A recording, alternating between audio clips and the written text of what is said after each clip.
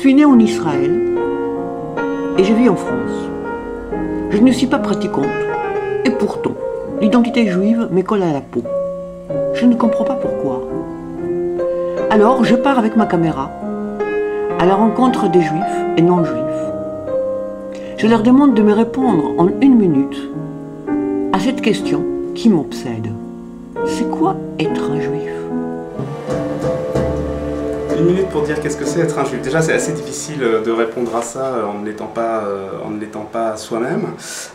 Mais de par mon expérience personnelle, ce que ça a représenté pour moi, c'est un certain rapport avec l'altérité, un certain rapport avec le fait d'être différent et de ne pas avoir le choix d'être différent et d'être vu comme différent et de devoir se débrouiller avec ça.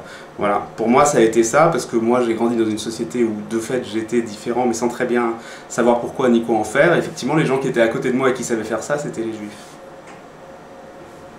Merci beaucoup.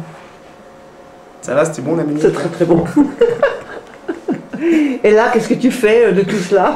Là, je fais un film sur l'histoire des relations entre les juifs et les musulmans du Coran à nos jours. Donc vaste entreprise, longue histoire et très complexe. Par exemple, 14 siècles après, ça n'a pas tellement de sens de se projeter sur ce que pouvaient être les rapports entre les musulmans et les juifs de Médine. C'est une société qui n'a tellement rien à voir avec la nôtre.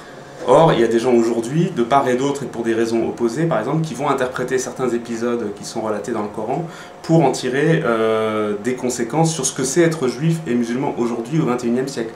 Là, je pense qu'on est pas loin de la psychose. Ouais. Oui.